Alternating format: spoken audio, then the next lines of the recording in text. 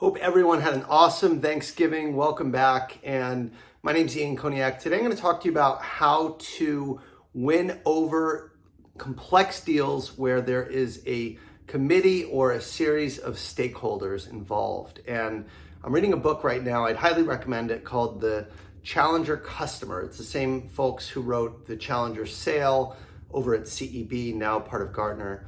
And in that book, the research quotes that on average, the number of stakeholders in a complex sale is between 5 and 6 people who all have different opinions, who all have different ideas of what they want and need.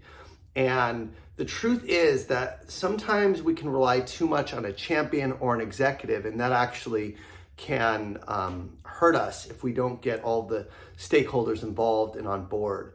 And I myself am one that always emphasizes the importance of selling directly to power and making sure that you are working with executives, because that is absolutely critical to winning a deal, is to have an executive who's sponsoring the deal, who has skin in the game. But it's also important to know the other folks that they need to get on board. And so the way that I typically would approach this is sometimes you'll get a demo or a large meeting where they'll bring in 10 or 15 people.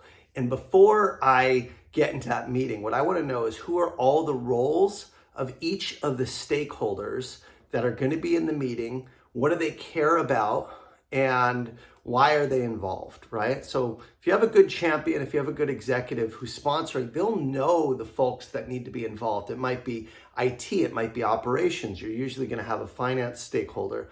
And the truth is that every one of these folks cares about different things. There might be some security folks in the room, okay? I've had meetings where I've had 15 SVPs or VPs around a table, all with different titles. And you could have a CTO. And if they're bringing all those folks in, that means it's really important.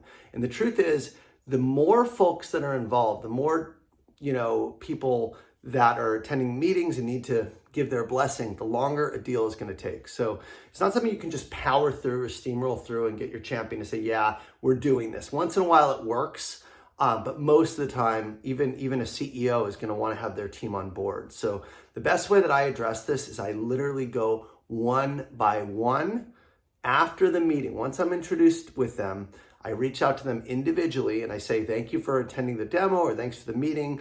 If you're okay with it, I'd love to get 30 minutes on your calendar with my engineer. We'd love to understand and get your feedback, and also address any concerns you might have and make sure that your needs are being met. Ideally, this happens before you present, even before you demo. You want to know the stakeholders and you want to get time with them so you understand their roles, their challenges, their goals, and that you really tailor your demo or your proposal to not just the needs of your champion or your executive, but also the other folks that are key stakeholders in the room. So there's 2 ways that I do this. Number 1 is through interviewing one-on-one. I like to interview one-on-one because they're going to be more open to share the truth and what they care about in a private setting versus a group of 15 people. So that's the first thing, is getting one-on-one time with each of these stakeholders.